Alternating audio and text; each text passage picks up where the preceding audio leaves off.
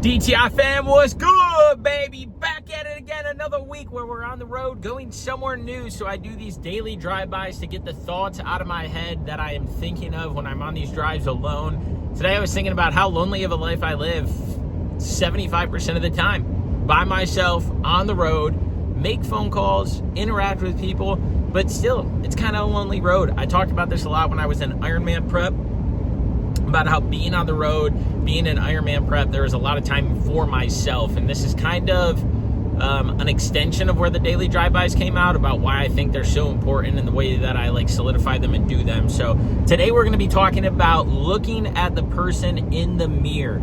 Accountability, determination, relentlessness, positivity, manifestation, all of those things that when you look in the mirror, what do you tell yourself on a daily basis? Are you happy with the person that you're looking at? Are you happy with where you're at in life? Are you happy with your living situation? Are you happy with your relationship? Are you happy with work? Are you happy with your financial state? Are you happy with your mental health, your physical health? Or do you look at yourself and do you beat yourself up? I hate my job. I don't want to go into work today. I hate the way that I look. I hate the mindset that I have. I hate that I crash midday. I hate. Or I want. Yet you're not getting, or you're not going after those things that you truly want. And so far too often we wait to look in the mirror until it's too late. We're already down the bad path of the mental state. We're already down the bad path of our physical state, and we're questioning why we look the way we look. Yet we don't ever take the accountability to look at the person in the mirror and be like, it's because of you. Nobody else. It's because of you that you feel this way, that you act this way, that you think this way. But nobody wants to look at themselves and be like, you know what? It's my fault. But I will tell you, the second that you can start looking in the mirror and pointing at what you are doing wrong, pointing out where the gaps are, pointing out where the bad habits are, pointing at why you got to where you are. What I talk about all the time is the habits are the exact representation of why you are where you are today versus where you want to be.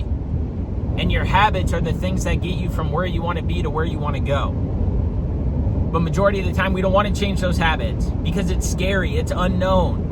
We don't know, so we hold ourselves back. Or we limit ourselves because of the beliefs that we say, I've tried before and I failed. I've tried before and it didn't work. I've tried before and I didn't see anything. Well, that's because you tried and didn't actually execute the plan. You were good 25% of the time, but you weren't good 75% of the time. And because you weren't good 75% of the time, that's why you don't see the results. That's why you don't see the change. That's why you don't see things happening, is because you're only good, or you're only accountable 25% of the time. We tell all of our athletes that we have, that we train. If you guys don't know, Desire to Inspire is focused around mental and physical health, building those up, establishing habits in your life today so you can see the outcomes come to life in the future. And it doesn't start until you start. And so we build slowly. If you're walking 3,000 steps a day and you want to lose weight, we increase that to 5. We increase that to 7,500. We increase that to 10,000. We incorporate resistance training, eating better, physical health, all of those things, so that way you can see that goal actually come to life. But we got to take a step back and realize that all of the things that are dealt with us in our life are because we deserve those things. Even if they're scary, even if they're dark, even if we didn't ask for them. Somebody getting diagnosed with a disease, somebody getting into an accident, somebody passing away, somebody losing their job, somebody filing for bankruptcy. All of those things are really good reasons to be like, why? And they're good reasons to question, why God? Why me again? But what I realized in tragedy and hardship and setback and failure is that those are the things that are teaching us lessons. And the faster we can grasp onto those things is the faster that we see a different result. We see a different action. We see a less likelihood of us going down a bad mental state, a bad physical state.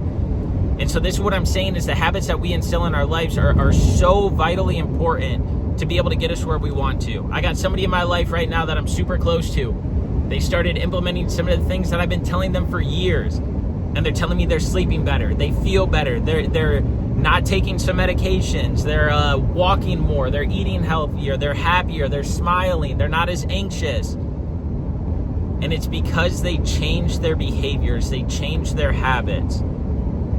And so from me to you, when we can look in the mirror and we can admit to ourselves that something is off, something is not right, something needs to change. And once we evaluate that and paint the picture of what we want in life and what we want as the outcome, it will change and it can change. despite what our brains try and tell us. We are our biggest critics in the world. There's nobody that beats ourselves up more than us. There's nobody that casts more doubt in their minds than us. There's nobody that questions things more than us. But when you can change those thoughts and you can change those perspectives into a new reality and a belief system that you truly can get behind, that's when life starts to change. So all the time I talk about paint the big picture, step back and see what you can do day in and day out to be consistently good over occasionally great, like Nick Bare says. Let me repeat that. How can you be consistently good over occasionally great? We just talked a little bit ago about how people can hold to something 25% of the time, but 75% of the time they fail, or they don't stick to it, or they aren't disciplined. That's being occasionally great and consistently bad.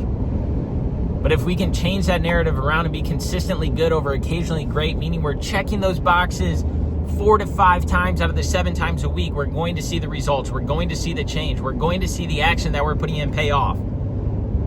But it's hard to be disciplined because you got to say no to things. You got to adjust your lifestyle. You got to adjust your thoughts, your processes. But that's what it takes to get to where you want to go. And so if you feel like you're sludging through mud right now and it's just wet mud and you're pulling your knees up and you're just trying to get some momentum, keep riding it out. Keep doing the little things every single day so that way you can see the change. Because that is the important key, and that is the important part, is that if we understand that the road to the beginning is hard and we're just walking through a swamp, that one day that swamp is going to end and we're going to get on hard dirt, hard terrain, and we're going to be able to move a little faster, move a little lighter, and the next thing you know, you hit the road. Okay, I'm feeling good. You start running, you start jogging a little bit. Not physically, just like momentum wise. And the next thing you know, you're going to see life and you're going to be like, dude, I'm in the car now, let's go. You're going to hit a couple bumps along the way, but it ain't going to stop you. You're going to hit a roadblock. You're going to hit some traffic, but it ain't going to hold you back. You're going to get through that traffic. You're going to get through that roadblock. Life is literally like a traffic jam. And the traffic jam comes when we're not happy in life and we feel like we're at a stop on the highway again. But you got 2 decisions to make. Are you going to keep a positive mindset and be like, you know what, I'm going to get through this traffic jam no matter how long it takes because God, thank you, I am alive, I am well, and I'm going to get through it? Or are you going to be like, you know what, I'm going to turn around and hit the other lane. Who knows what's going to happen when you hit that other lane? Because you don't know how much longer that traffic jam is until it ends. But when you get to the end of the traffic jam and you start driving again, you're like, all right, I'm back on track, I'm going. Life is good, it's moving. Life is all about how we view it, how we perceive it, how we take it, how we act. And I want you to know that when you look in the mirror and have honest conversations with yourself and take ownership and accountability, that's when things change. That's when the discipline changes. That's when the mindset changes. That's when the physical attributes change. All I want is for you guys to be happy in this life. I'm not saying that I'm always happy all at 24/7. There's ups, there's downs, there's things that I got to get through. But I know I'm going to get through them, so I stick at it and I keep going. And that's what I want you to do as well. Keep going when times get hard. Keep going when the traffic jam comes. And just be thankful that you're not the reason for that traffic jam. Because far too often we're like, fuck, I got to get somewhere, this traffic jam. And we get up front and we're like, oh my God. Oh, I hope that person's okay. And you're looking in the side mirrors, you're looking in the rear view mirrors at the accident, and you're like, man, that was bad. And you pray that everybody's okay, but you get through that traffic jam and the windshield's really big. And your journey continues and the speed continues and you get faster and you get better. You change your mindset, you change your perspective. Look yourself in the mirror today and see how you can change, how you want to change, but most importantly, what you want to change, and then start contributing factors to that. Start being the person that holds yourself accountable so that way you can get through those moments in life. But it first starts with looking in the mirror, taking ownership, and being like, it was me, not you. And we're in this together, and we're going to get through this together because nobody else can play a factor in this if I don't change my behaviors today. That's all I got for y'all. Have the desire to inspire. Go out there, live your dream life, and know that things can change when you change your perspective and your mindset. You have what it takes. Have the desire to inspire. Buy one of our 5-year journals. The link is below. That has single-handedly helped change my life because I put the thoughts in my head on paper, and it's literally a journal that I can see things that I manifest, things that I dream of come true and come to life. And I know it can happen for you.